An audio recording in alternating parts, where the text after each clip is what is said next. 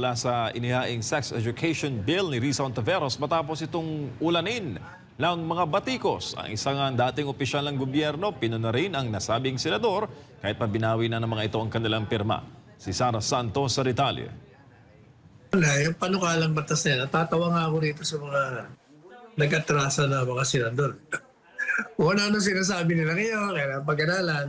Sila ang ibig sabihin yan, pumirma kayo na hindi nyo pinag-aralan. Para sa 7 mga senador na bumawi ng kanilang pirma sa inihaing sex education bill ni Risa Hontiveros. Ang nasabing panukala ay ang Senate Bill 1979 o ang Prevention of Adolescent Pregnancy Act of 2023. Kabilang sa 7 senador sina J.V. Ejercito, Nancy Binay, Cynthia Villar, Jinggoy Estrada, Bong Revilla at Loren Legarda.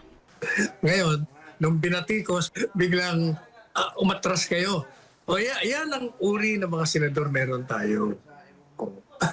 Kaya kayo nang humatol sa mga yan. Pumipirma, nang hindi nila binabasa yung binipirma nila. Kasunod nito, iginiit ni Attorney Panelo na mahalagang may alam sa batas ang mga iniluluklok na mambabatas sa Pilipinas. Kailangan talaga may nalalaman para hindi nagmumukhang tangi pagdating dyan sa deliberation. Ang karamihan dyan sa mga miyembro ng Kongreso, hindi mga abogado. Kita mo dyan sa 3 out of 300 lang, 320, 312. 10 lang ang abogado nila. Kaya pagdating sa mga rules, hindi sila marunong. Nagbigay din ng payo ang dating opisyal ng gobyerno para sa mga mambabatas na dapat silang maging tapat sa kanilang sinumpaang tungkulin at ang saligang batas lang ang kanilang dapat sundin. Huwag ka nang makikialam sa pera ng bayan.